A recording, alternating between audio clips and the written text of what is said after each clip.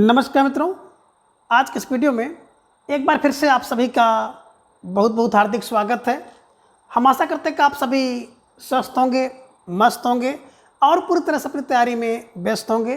तो मित्रों, आज के इस वीडियो में हम आधुनिक काल के अंतर्गत छायावादोत्तर युग भाग 5 में कुछ महत्वपूर्ण और संभावित प्रश्नों को व्याख्यात्मक तरीके से हल करेंगे और इसके साथ इन्हें ट्रिक की सहायता से याद करने का भी प्रयास करेंगे। तो हम आशा करते हैं कि वीडियो आप सबके लिए बहुत ही महत्वपूर्ण होने वाला है, इसलिए इस वीडियो को आप लोग अंत तक जरूर देखें और अगर आपको उचित लगे तो इस वीडियो को अपने जो परिचित लोग हैं उनके पास भी शेयर कर सकते हैं। और इसके पूर्व के वीडियो में हम लोगों ने कुल 125 प्रश्नों को देखा था, तो आज के इस वीडियो में उसके आगे के प्रश्नों को हम लोग देखेंगे। तो जैसा कि स्क्रीन पर आप देख पा रहे हैं, प्रश्न संख्या 126 है कि निदर्श यामी कविता किसकी है। अब निदर्श यामी कविता किसकी है? विकल्प ये कह रहे हैं कि लक्ष्मीकांत वर्मा की है, विकल्प बी राम बच्चन राय की है, विकल्प सी सत्यदेव राजहंस की, या फिर विकल्प डी हरीश मदानी की। तो प्रश्न संख्या 126 का जवाब आपको देना है। प्यारा सा प्रश्न आप सबके स्क्रीन पर है और आप सबका जवाब भी धीरे धीरे आ गया कि सर विकल्प सी को लॉक किया जाए। विकल्प सी सत्यदेव राजहंस इज राइट आंसर, है ना। कैसे दिमाग में बैठाएंगे? तो देखिए, जो निदर्शयामी कविता होती है ना, बोले सर जो निदर्शयामी कविता होती है वो सत्य होती है, तो सत्य की कविता निदर्शयामी होती है या निदर्शयामी की कविता असत्य होती है? तो सत्य for Satyadev Rajhans is right answer, इसे ध्यान में रखिएगा और प्रश्न संख्या 126 के विकल्प सी को हमेशा के लिए आप कंठस्थ कर लीजिएगा। आगे प्रश्न संख्या 127 है कि हिंदी में भूखी और बीट कविता के प्रमुख प्रवक्ता कौन हैं? विकल्प ये कह रहे हैं कि राजकमल चौधरी हैं, विकल्प बी केसरी कुमार हैं और विकल्प सी कह रहे हैं कि विकल्प ए और बी दोनों, यानी कि राजकमल चौधरी और केसरी कुमार दोनों हैं, या फिर विकल्प डी नरेश मेहता हैं। तो प्रश्न संख्या 127 का जवाब आपको देना है। प्यारा सा प्रश्न है कि निम्नलिखित में कौन भूखी और बीट कविता के प्रमुख प्रवक्ता हैं, और आप सबका जवाब भी आ गया कि सर विकल्प सी को लॉक किया जाए। विकल्प ए और बी इज राइट आंसर, है ना। देखिए भूखी कौन, तो भूखी कविता में राजकमल हैं और बीट कविता में भी राजकमल है। तो भूखी और बीट कविता की बात की जाती है तो राजकमल चौधरी और केसरी कुमार, राजकमल केसरी, है ना, ये ध्यान में रखिएगा और इसको ऐसे ही दिमाग में बैठा लीजिएगा। प्रश्न संख्या 128 है कि जिस पर कोई नहीं खाना चाहता है, आज़ादी एक ऐसी जूठी थाली है, पंक्ति किसकी है? तो इस पंक्ति को एक बार फिर सुन लीजिए कि जिस पर कोई नहीं खाना चाहता है, आज़ादी एक ऐसी जूठी थाली है, किसकी पंक्ति है? विकल्प ये कह रहे हैं कि धूमिल की है, विकल्प बी आगे की है, विकल्प सी लीलाधर जगुड़ी की है, या फिर विकल्प डी श्रीकांत वर्मा जी की है। तो प्रश्न संख्या 128 का जवाब आपको देना है। प्यारा सा प्रश्न है और आप सबके स्क्रीन पर, और आप सबका बहुत सुंदर बेहतरीन जवाब भी आ गया कि सर विकल्प सी को लॉक किया जाए। Leeladhar Jagudi is right answer, है ना। देखिए जब जूठी कोई, है ना, जो जूठी कोई नहीं खाना चाहता है ना, तो जूठी थाली में कोई खाना चाहेगा? नहीं खाना चाहेगा, और जब नहीं खाना चाहेगा तो जुगाड़ लगाएगा और लीला करेगा। तो जुगाड़ी ध्यान में रखिएगा, जुगाड़ लगाता है व्यक्ति और लीला करता है, ये भी ध्यान में आप रख सकते हैं। और आप ये भी कह सकते हैं कि आज़ादी, है ना, आज़ादी रूपी जो जूठी थाली के लिए जुगाड़ लगाना पड़ा, तो जुगाड़ फॉर जागुड़ी ध्यान में रखिएगा। Leeladhar Jaguri is right answer. प्रश्न संख्या 129 है कि नंगापन अंधापन होने के खिलाफ एक सख्त कार्रवाई है, किसका कथन है? विकल्प ये कह रहे हैं कि श्रीकांत वर्मा जी का कथन है, विकल्प बी ऋतुराज जी का कथन है, विकल्प सी धूमिल का कथन है, या फिर विकल्प डी विजय देव नारायण शाही का है। तो प्रश्न संख्या 129 का जवाब आपको देना है कि नंगापन अंधापन होने के खिलाफ एक सख्त कार्रवाई है, और आप सबका जवाब भी आ गया कि सर विकल्प सी को लॉक किया जाए। धूमिल इज राइट आंसर, है ना। देखिए जब कोई व्यक्ति क्या हो जाता है, नंगापन और अंधेपन में आ जाता है, नंगा हो जाता है, अंधा हो जाता है, तो उसकी छवि धूमिल हो जाती है।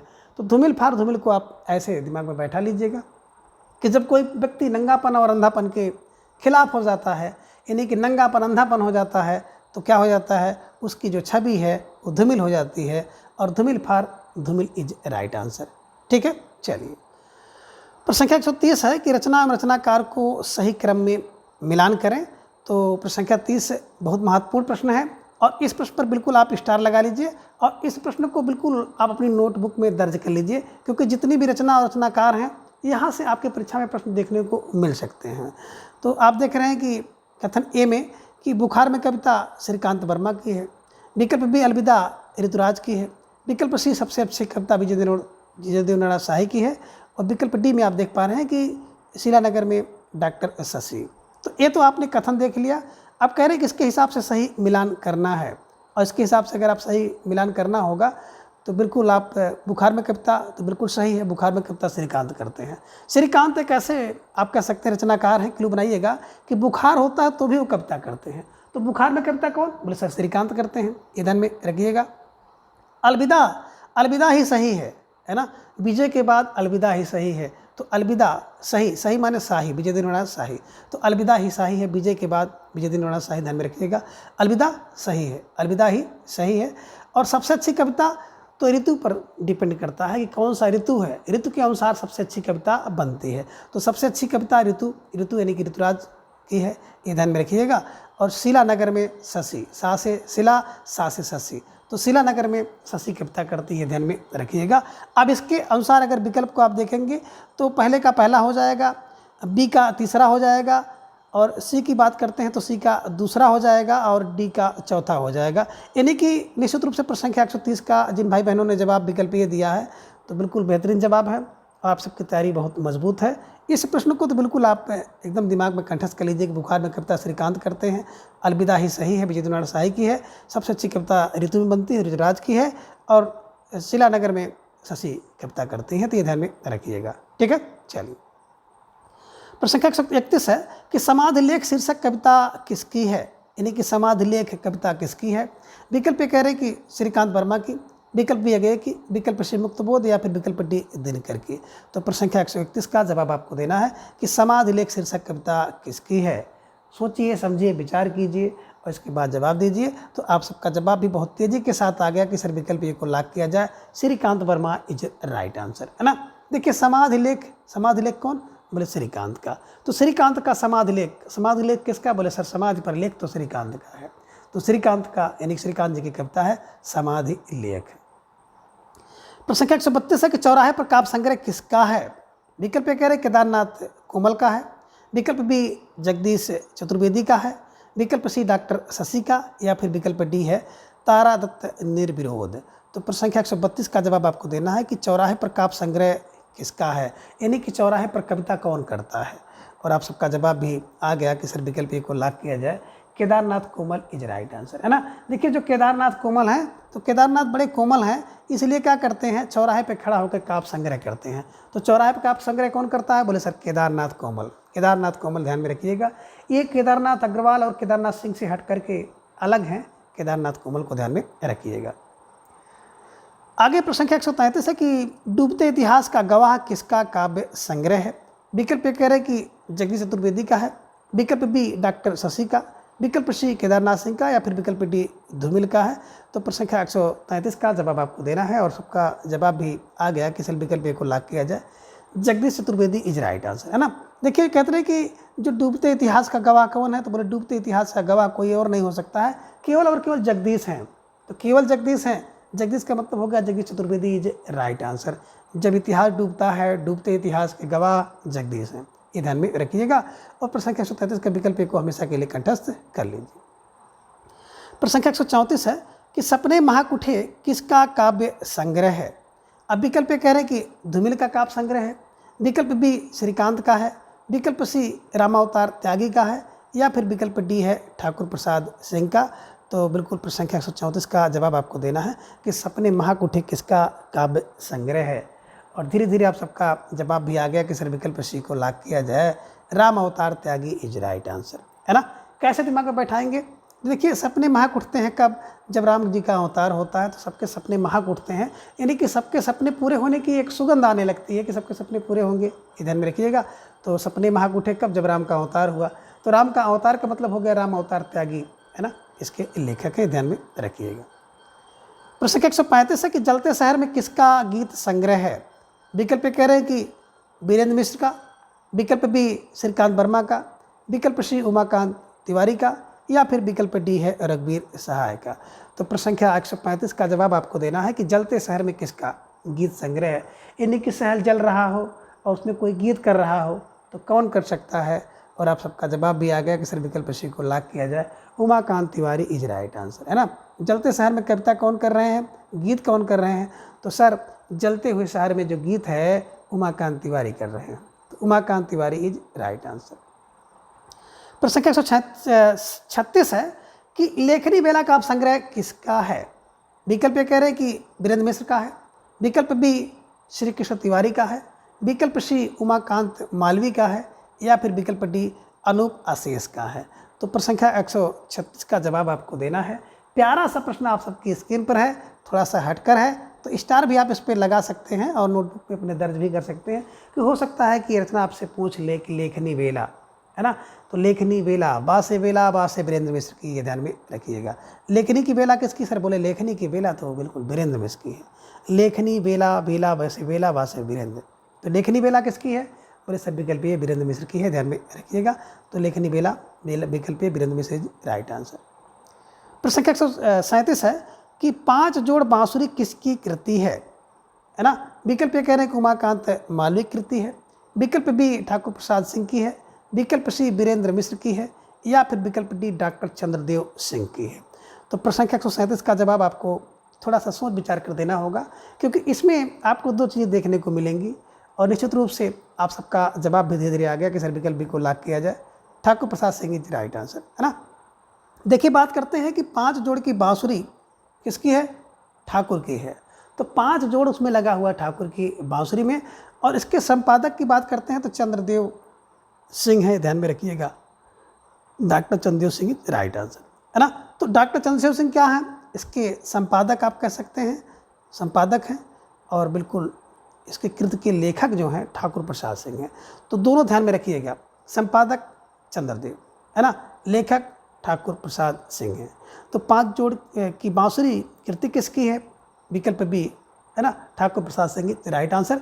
और बिल्कुल 5 जोड़ की बांसुरी इस समय बल्कि सुर्खियों में चल रहा है ये रचना, तो इसे ध्यान में रखिएगा, ठीक है। चलिए प्रश्न संख्या 138 है कि दुष्यंत कुमार का असली नाम क्या है? विकल्प ए कह रहे हैं कि वासुदेव सिंह नाम है, विकल्प बी देवदत्त नाम है, विकल्प सी कह रहे हैं कि दुष्यंत नारायण त्यागी इनका नाम है, या फिर विकल्प डी है दुष्यंत वैश्य। तो प्रश्न संख्या 138 का जवाब आप सबने दिया, सुंदर दिया कि सर विकल्प सी को लॉक किया जाए, दुष्यंत नारायण त्यागी इज राइट आंसर, है ना। दुष्यंत कुमार का जो असली नाम था दुष्यंत नारायण त्यागी इज राइट आंसर, ठीक है।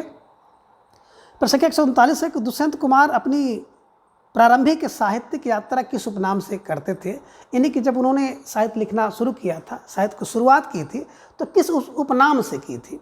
विकल्प ये कह रहे हैं कि परदेसी, देखिए साहित्यिक यात्रा की बात हो रही है ना, परदेसी उपनाम से, विकल्प बी त्रिशूल उपनाम से, विकल्प सी स्नेही, या फिर विकल्प डी अनुरागी नाम से। तो बिल्कुल प्रश्न संख्या 139 प्रश्न पर आप तो स्टार लगा लीजिए, सोचिए समझिए विचार कीजिए, इसके बाद इसका आप सही जवाब दीजिए कि दुष्यंत कुमार ने अपनी प्रारंभिक साहित्यिक यात्रा किस उपनाम से शुरू की थी। और आप सब भाई बहनों का जवाब आ गया कि सर विकल्प D Anuragi is right answer, है ना। देखिए बात करें दुष्यंत कुमार जी की, तो परदेसी और अनुरागी दोनों नाम से उपनाम से कविता करते थे, लेकिन परदेसी नाम की बात करते हैं ना, तो परदेसी नाम से उन्होंने साहित्यिक नहीं बल्कि आप एक कह सकते हैं कि परदेसी एक गीत है ना। तो परदेसी गीत है, परदेसी परदेसी जाना नहीं, तो गीत ये करते थे, है ना। गीत का जो इन्होंने किया था वो परदेसी नाम से किया था, तो गीत परदेसी, परदेसी गीत। और अनुरागी, अनुराग साहित्य से होता है, तो साहित्य से जो अनुराग होगा तो अनुरागी होंगे, तो साहित्य में अनुरागी ध्यान में रखिएगा। और आप यहाँ पे 2 और विकल्प देख रहे हैं, त्रिशूल और स्नेही। तो ज्ञा प्रसाद शुक्ल जी जो राष्ट्रवादी कविता लिखते थे, राष्ट्रीय परक, वो त्रिशूल से, और जो मतलब श्रृंगारिक कविताएँ इनकी होती, श्रृंगार परक होती थी, वो स्नेही नाम से होती थी, ठीक है। तो बिल्कुल आप सबने सही जवाब विकल्प डी को चुना होगा। प्रश्न संख्या 140 है कि अकेले कंठ की पुकार शीर्षक काव्य संग्रह किसका है? विकल्प ये कह रहे हैं कि दुष्यंत कुमार का है, विकल्प बी अजीत कुमार का है, विकल्प सी धर्मवीर भारती, या फिर विकल्प डी है प्रभाकर माचवे का। तो प्रश्न संख्या 140 का जवाब आपको देना है कि अकेले कंठ की पुकार शीर्षक काव्य संग्रह किसका है? तो बिल्कुल आप सबका जवाब भी आ गया कि सर विकल्प बी को लॉक किया जाए, Ajit Kumar is right answer. देखिए आ से अकेले और आ से अजीत है, तो अकेले कंठ की पुकार किसकी होती है? बोले सर अजीत की होती है, तो Ajit for Ajit Kumar is right answer, ठीक है, तो प्रश्न संख्या 140 के विकल्प बी को हमेशा के लिए आप कंठस्थ कर लीजिए। प्रश्न संख्या 141 है कि निम्न में दुष्यंत कुमार की रचनाएं हैं। अब विकल्प ये कह रहे हैं कि सूर्य का स्वागत इनकी रचना है, विकल्प बी साय में धूप इनकी रचना है, विकल्प सी एक कंठ बिस्पाई इनकी रचना है, या फिर विकल्प डी उपयुक्त सभी है। तो प्रश्न संख्या 141 का जो प्रश्न है बहुत बेहतरीन है, आप सबकी परीक्षा के दृष्टिकोण से संभावित है, तो इसलिए इस पर ट्रिपल स्टार आप लगाइए। और इस प्रश्न के जितने भी आप विकल्प देख रहे हैं, यानी कि जो भी रचनाएं हैं उसको बिल्कुल आप कंठस्थ करिएगा। ये रचना कहीं न कहीं आपको देखने को मिलेंगी। और आप सबका जवाब भी आ गया कि सर विकल्प डी को लॉक किया जाए, है ना। देखिए सूर्य का स्वागत कौन करता है, बोले दुष्यंत, है ना। साय में धूप कौन लेता है, दुष्यंत लेते हैं। और एक कंठ बिस्पाई किसकी, बोले सर दुष्यंत की। दुष्यंत के एक कंठ बिस्पाई, एक कंठ बिस्पाया दुष्यंत ने। धूप में, साय में धूप लेता है दुष्यंत, और सूर्य का स्वागत दुष्यंत करता है, ध्यान में रखिएगा, ठीक है। तो निश्चित रूप से आप सबने बिल्कुल प्रश्न संख्या 141 का विकल्प डी को सही कर लिया होगा। अपनी नोटबुक में आप लोग दर्ज भी कर लिए होंगे।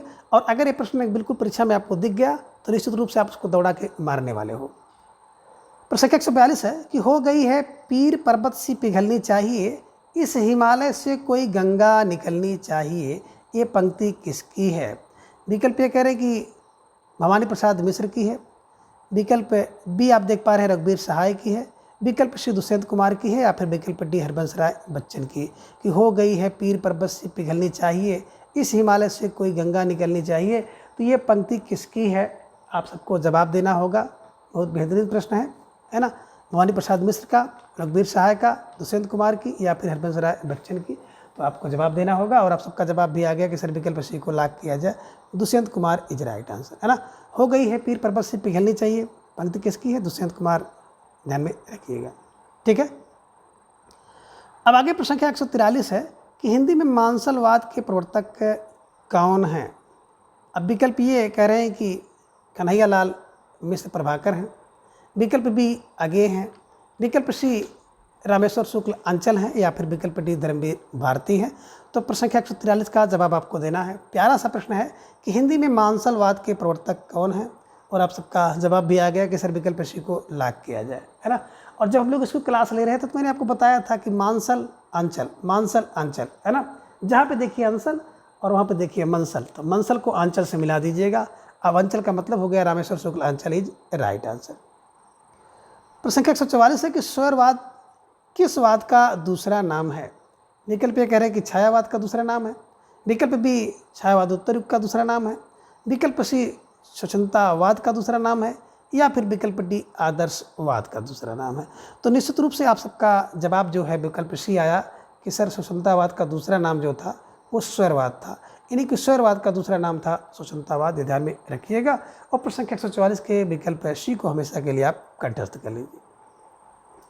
प्रश्न संख्या 145 बहुत बेहतरीन प्रश्न है आप सबके स्क्रीन पर, और आप सबके जवाब की प्रतीक्षा में है कि मैं प्रयोगवाद का अगुआ नहीं पिछलगुआ हूँ, कथन किसका है।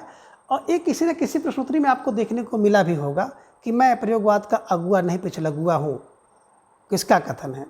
विकल्प ये कह रहे कि अगेय का कथन है, विकल्प बी रघुवीर सहाय का है, विकल्प सी दिनकर का, या फिर विकल्प डी है दुष्यंत कुमार का। तो प्रश्न संख्या 145 का जवाब आपको देना है।